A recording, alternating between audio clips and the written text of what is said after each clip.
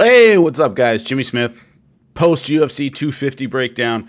Time to own the picks. I went 5 for 5. So, for example, Ice Wing Winter on my pre-fight breakdown. If you bet against all Jimmy's picks, you'll be a wealthy man. Sorry, you didn't make any money betting against me. So, I'm kind of curious to see if you did it. Anyway, Ice Wing Winter. So, anyway, went 5 for 5 on the main card, which is what I broke down. So let's go over it. But I always say, with picking fights, it's like it's an educated guess. Sometimes you get it right, sometimes you get it wrong. I happen to get it right this time, but plenty of times it goes the other way. So anyway, let's start at the bottom of the card. Sean O'Malley versus Eddie Wineland. Look, he did what he was supposed to do. Knocked out the veteran guy. I tweeted last night, I was like, usually this is the way it works out. Kind of the grizzled veteran who's been through a lot is on the downside of their career. They lose 90% of the time to the up-and-coming fighter that they're trying to get behind.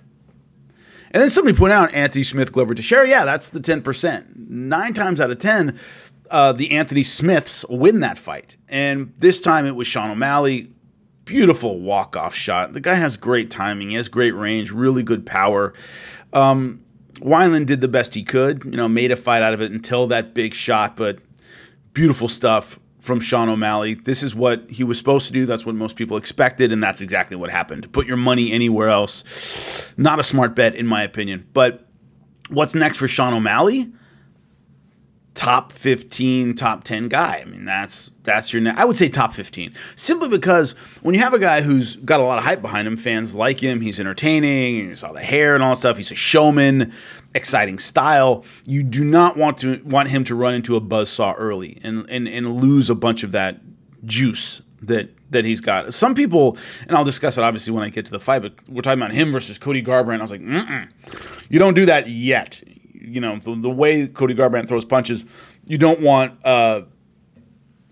Sean O'Malley eating one of those and getting laid out, which is certainly a possibility. You don't want that at this point in his career. You want to build him up, make him a top 5 guy, and then, if he loses, he loses. That's the way it goes. You've put enough on his resume that people won't consider him a flash in the pan. Right now, if you lost to like a Cody Garbrandt and got knocked out in vicious fashion, people go, oh, well, that's the end for him when he hasn't done that much. So you want to build him up before a fight like that. But maybe somewhere down the line it's a good idea. But Sean O'Malley now is ready for that top 15 guy. You want to give him somebody who has a striking style. It'll look good. It'll be aesthetically pleasing. That's his next fight. So good one for him. I called Sean O'Malley by knockout. I thought it would get to round 2. I was wrong, but got the knockout. Neil Magny, Anthony Rocco Martin. I thought it would be a close fight. I thought it would be a difficult fight. And I thought Neil Magny would edge him out on the scorecards, and that's exactly what happened. I thought Neil Magny started out too passive in the first 2 rounds. I really did.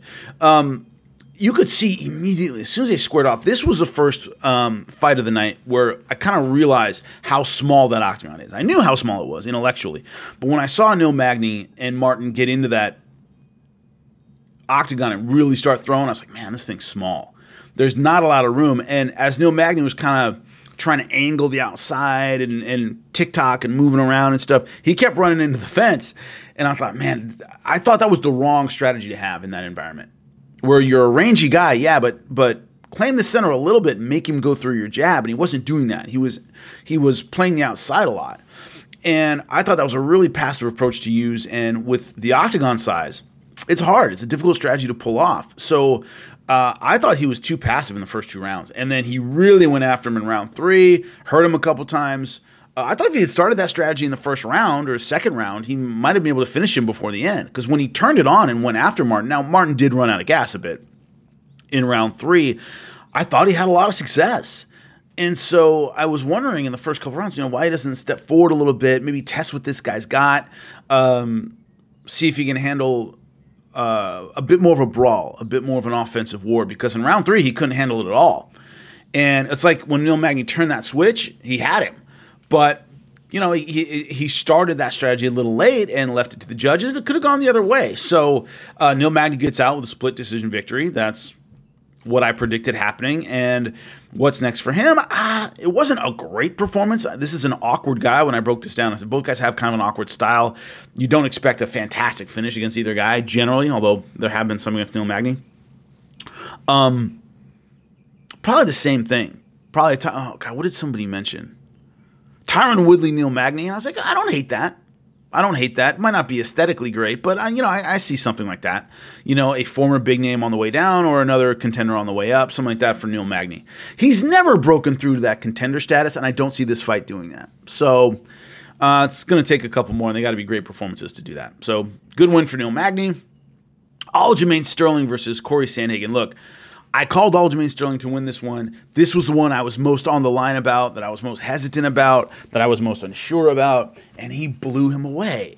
That was surprising. Not that he won necessarily. I mean, I picked him to win, but went after him. I knew he was a superior wrestler, had the superior submission game. I didn't think he'd get it going that early.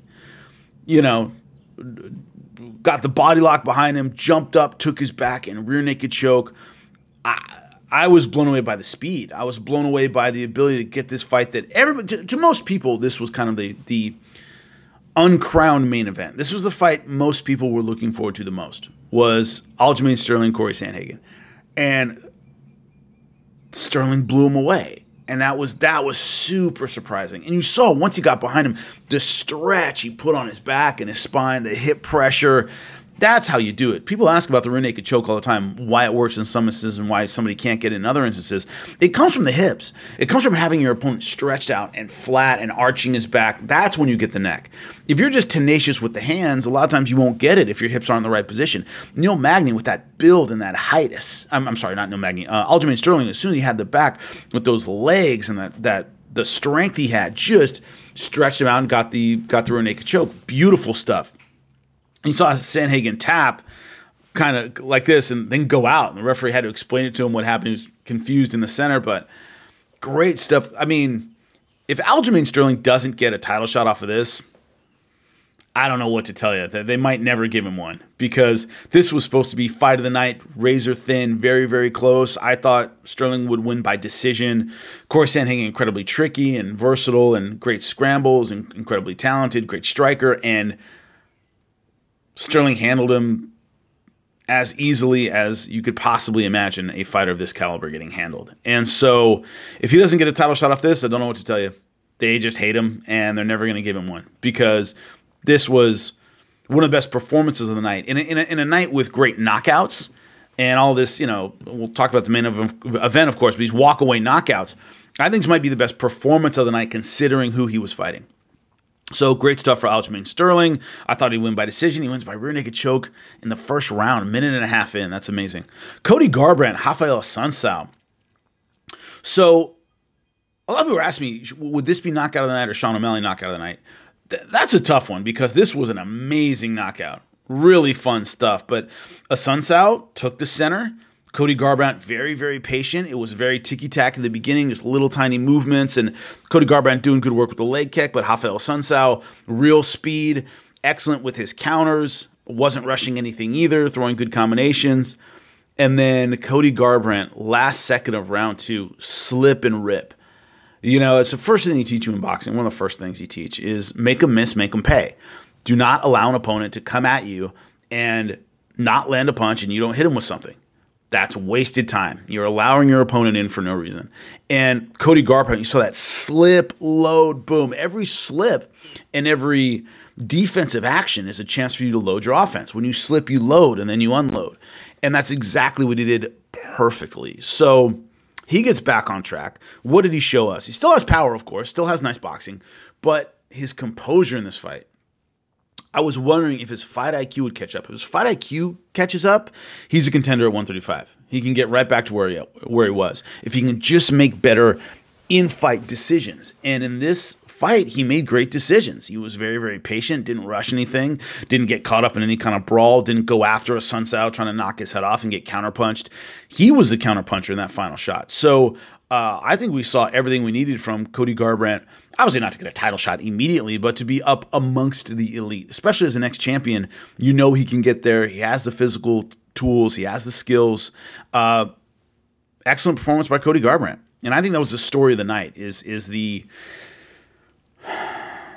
exclamation point for every fighter at 135. This was kind of like almost like a bantamweight Grand Prix. All these bantamweight fights. Sean O'Malley gets a walkaway knockout. Aljamain Sterling chokes out Corey Sandhagen in the first round, and then Cody Garbrandt knocks out Rafael Assunção. They all looked great. So it's going to be very, very interesting, kind of who settles out on top between Aljamain Sterling and Cody Garbrandt. I think it should be Aljamain Sterling, but you never know. Amanda Nunes, Felicia Spencer. She was just better. She was just better for 5 rounds. The one ace, not even ace in the hole, but the one advantage Felicia Spencer was supposed to have, the one thing where if you thought she was going to win, it was going to be on the ground, Nunes took her down at will.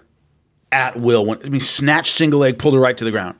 No problem at all. The one thing Felicia Spencer was supposed to be better at, Nunes was better at. By a lot. Almost finished her with a rear naked choke at the end of round 4. If there were 5 more seconds, that fight would have been over. And owned her. Owned her, the better striker, the better wrestler. She was more powerful, more accurate, more volume. There was nothing she didn't do better than Felicia Spencer.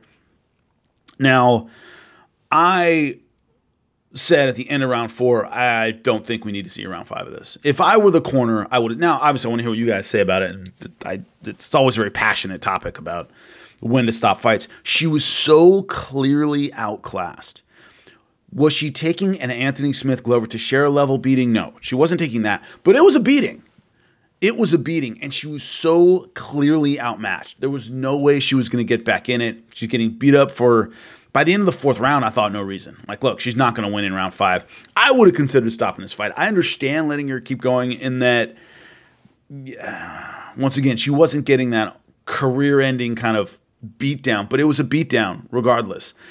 And there was no way she was going to get back in. I don't know if I would have sent her out for round 5. Some idiot on Twitter last night, I got to talk about this. I blocked him, so I don't know his name. Said to me, he's like, yeah, well, you're a quitter if you wouldn't send your fighter out. That's so stupid. Things like being a quitter and being humiliated and the money you're going to lose and all these things, fighters can think about that. Corners shouldn't think about that. You're a quitter, you're a loser. Fighters can worry about that. A corner needs to be emotionally divorced from those kind of ideas. They can't think, what are people going to say about me? Or what are people going to say about my fighter? Oh my God, I'm going to lose all this money. No, a corner has to be emotionally divorced from that. They can't think about people. The idea that the fighter's a quitter or a corner's a quitter for throwing in the towel for their fighter. No, they're looking after their fighter's best interest. Whether you agree that it should have been stopped or not, the idea that you're a quitter or there's some kind of emotional, some kind of slander you're worried about from this fucking dickhead on social media, corners can't think about that. They shouldn't think about that.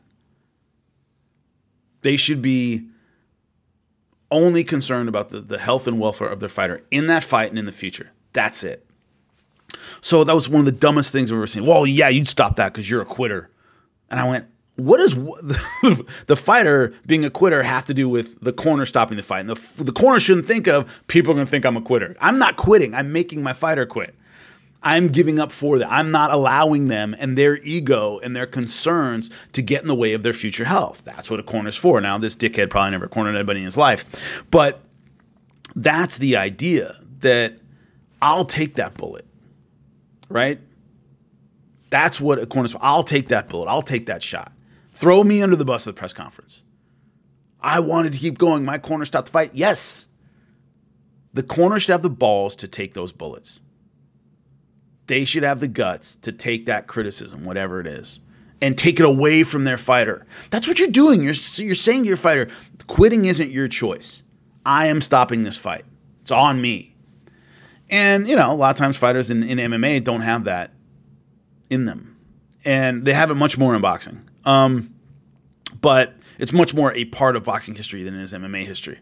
So Nunes was just flat out better in every aspect of the game. She beat Felicia Spencer from pillar to post. In the 4th round, when she was landing, I think it was the 4th round, she was landing that combination against the fence, and Felicia Spencer was like half turning away. I thought they were going to stop it there. And then she dove for this takedown. There was just desperation. It kept her in it just enough to keep the fight going. But Amanda Nunes did what all-time great fighters do. They make challengers look unworthy and unprepared. They make it look like they don't belong in there. And how many times during Anderson Silva's run and during GSP's run and Fedor's run, whoever's on your Mount Rushmore made the next person up, whoever it was, look like they didn't belong there. Felicia Spencer looked like just another victim. She didn't look – I'm not saying she didn't belong there. She's probably the second best 145-pounder female in the world. And it looked like she didn't belong in there because Amanda Nunes is that good. So I don't see anybody catching up with Amanda Nunes till Father Time does it. We're going to have to see some cracks in her armor, and we didn't see any last night. But that's it. Went 5 for 5. We'll see how it goes next time. Always appreciate you guys, and I'll be back before the next event.